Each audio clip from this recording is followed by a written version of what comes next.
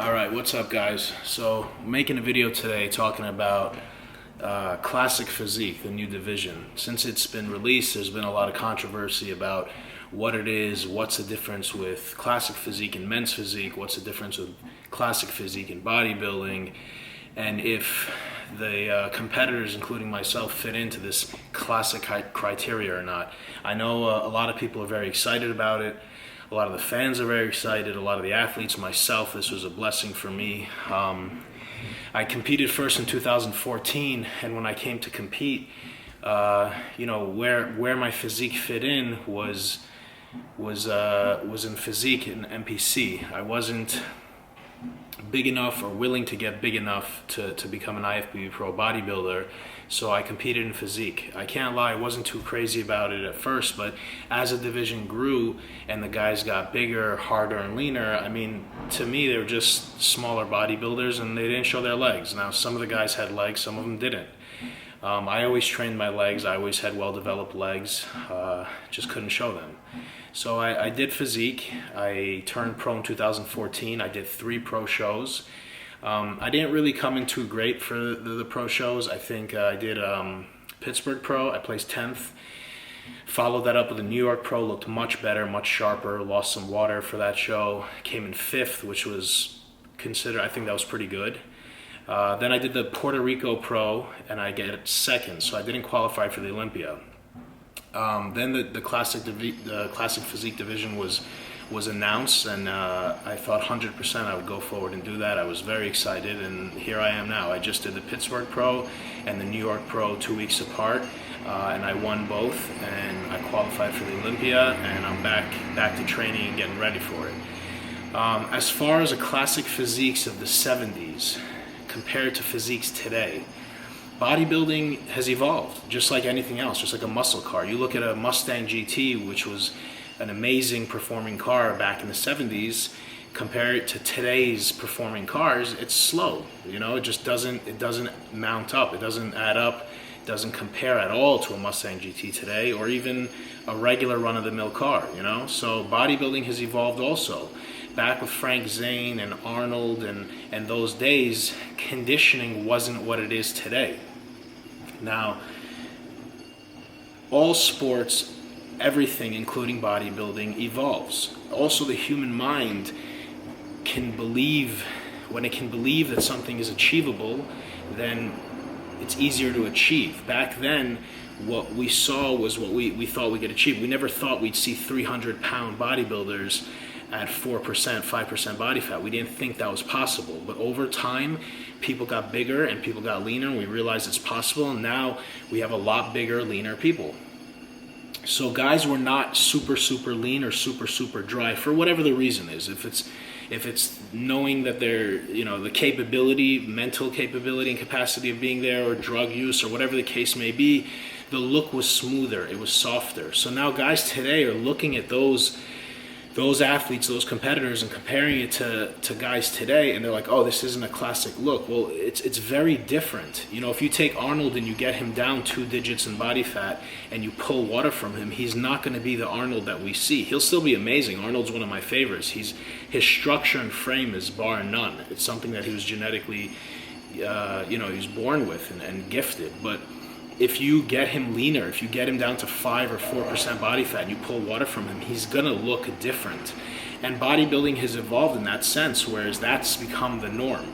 So how does that equate to today? Guys are saying, well, these guys are not looking, a lot of people are saying these guys aren't looking too classic. I think classic has to do with symmetry, proportions, and just aesthetically pleasing to the eye. Another, not to go off tangent, but another word, aesthetics, gets thrown around a lot, and I feel like I hear it only with smaller guys. Aesthetics doesn't mean you're not big. Aesthetics means it's pleasing. There's 240, 250, 260-pound bodybuilders that are extremely aesthetic. The top 2, top 3 in Olympia are aesthetic. Bodybuilders, even in the open class, should still be aesthetic. So it has to do with symmetry, proportions, lines, everything looking good and flowing together. It doesn't necessarily mean you're a certain body weight. Smaller guys are aesthetic, bigger guys are not. Now, to each their own. If that's what you prefer and that's what you find aesthetic, that's just opinion. But to say someone like Dexter Jackson or Phil Heath is not aesthetic would be hilarious. They're very aesthetic, you know. They're very aesthetic. They're very big. They're very proportioned. They're very symmetrical.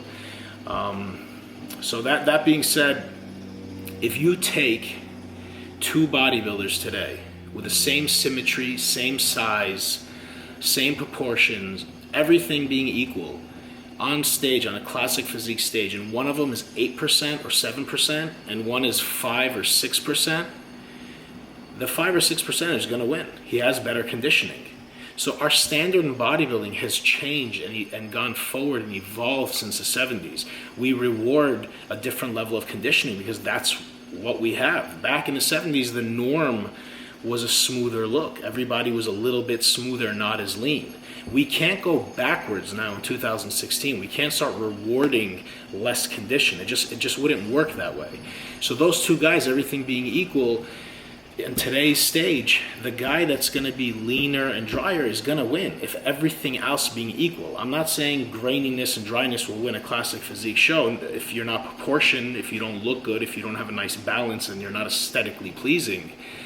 But we're not going to, you know, this is just my humble opinion. I don't think the judge is going to be able to go back in time and then start rewarding less conditioning, you know? So now you have this look, and then you compare it to the pictures of Arnold and a lot of other guys. There's some pictures of Frank Zane that's super dry and super shredded, but for the most part, a lot of the pictures floating around social media in the 70s, the guys were not shredded to the bone and not super dry, so it gives you a different look, and you're also able to be fuller. You know, you look at Arnold's chest and arms, super full in most of his pictures. Well, if you take a bodybuilder 3 weeks out of a show, look how full he is compared to day of the show, because we get leaner than they did back then, and we get drier than they did back then. So, you know, it's a give or take. It's a different level of conditioning. We're still going to try to keep aesthetics. We're still going to try to be very classic looking. But I think that's one of the things that people are not realizing when they're seeing the difference. They're seeing the classic physique guys today, and then they're commenting on it. I think that's one of the big differences between us and the classic physiques of the 70s. And another thing is the weight. We have in classic physique, we have a weight cutoff. So it goes by height. The taller you are, the more you're allowed to weigh. So I'm over 5'10". I'm 5'10 and a quarter. So from 5'10 to 5'11, you can weigh 205. If you're shorter, you weigh less, and if you're taller, you can weigh more. So, you know, if you guys go and look at Lee Labrada and go look at Frank Zane and compare them today and see if they would be able to make the weight requirements. Our weight requirements in classic physique, in my opinion, are a little bit low. It's hard to fill out a 5'10 and a quarter frame and have very full everything and very muscular and very shredded at 205. So I feel like when you look at pictures like Lee Labrada, for instance, he was a lot shorter, and I think it's easier to fill out shorter frames. You know, his arms, his forearms, his legs, his calves, there weren't any lanky or small body parts with any gaps in his frame. He looked very full and very round. I've yet to see too many guys in classic physique today that look like that. I think the taller you are, it becomes more difficult. Yes, you can have more weight, but when you spread that weight over the frame, obviously depending on your muscularity, your genetics, and how lean you are, it's tough. It's tough to fill out. I'd like to see the division grow a little bit and go up in weight. Nothing crazy, but if we show them that we're bringing in tight midsections and we're bringing in good conditioning, maybe they'll reward us with a couple of pounds with the weight cutoffs. If you don't want to come in that heavy, no problem. But if we're allowed to be a little bit heavier, like for me, I'd like to be maybe 5 or 10 pounds heavier on stage from 205. I think it would give a rounder a look, you know. But you know, these are all just my opinion. You know, when the division came out, there was a lot of confusion about what are they looking for and what is classic physique. Look, classic physique is bodybuilding. It's bodybuilding with a weight cutoff per height, which is unique. We've never had that before. In the IFBB, there is no weight cutoff unless you're in 212. And in the NPC, it's just weights for bodybuilders, no height. So it's just weight classes. So you could be super heavyweight, One guy could be 5'8", one guy could be 6'2". But for classic physique, it's weight per height. So in my opinion, the reasoning for that is it keeps guys in check, because you can't really have a sloppy guy with a huge gut at 205 when he's 5'10 1/4". So I think that's one of the reasons. But I think it'll, like I said before, I think it'll grow. So what's the difference? What's the difference with classic physique and bodybuilding? Classic physique is bodybuilding. We wear different trunks, obviously, and we only have 4 mandatories. We have front double bicep, back double bicep, abdominal and thigh, and side chest. You can do any pose you want. You can throw in the poses that we don't have in the mandatories into your routine. So the poses that bodybuilders in the open class have that we're missing is front lat spread, rear lat spread, side tricep, and most muscular. So you can incorporate those into your routine if you like. So we have quarter turns and we have comparisons, and in the comparisons are those four mandatory poses. So besides that, I mean, there's really no difference. I don't train any different than most bodybuilders. I train shoulder to shoulder with some of the best bodybuilders in the world at Bev Francis Gym. We train pretty much the same. I can't go all out with my diet and eat a ton and grow, unfortunately, because I have to make the weight of 205. Especially after a show, your body wants to rebound and it wants to absorb all the food and all the nutrients and all the water it can, because it felt like it felt like it was starving, and it was dehydrated because we cut water to come in and have a drier look, so the body wants to rebound. So within that 2-week period after a show, I personally have to watch what I eat and what I allow myself to eat, because I'll rebound very aggressively and go up in weight. I never have a problem gaining weight either, which is not always so great. But those are the differences between the classes. I didn't cover men's physique. So men's physique has definitely evolved a lot.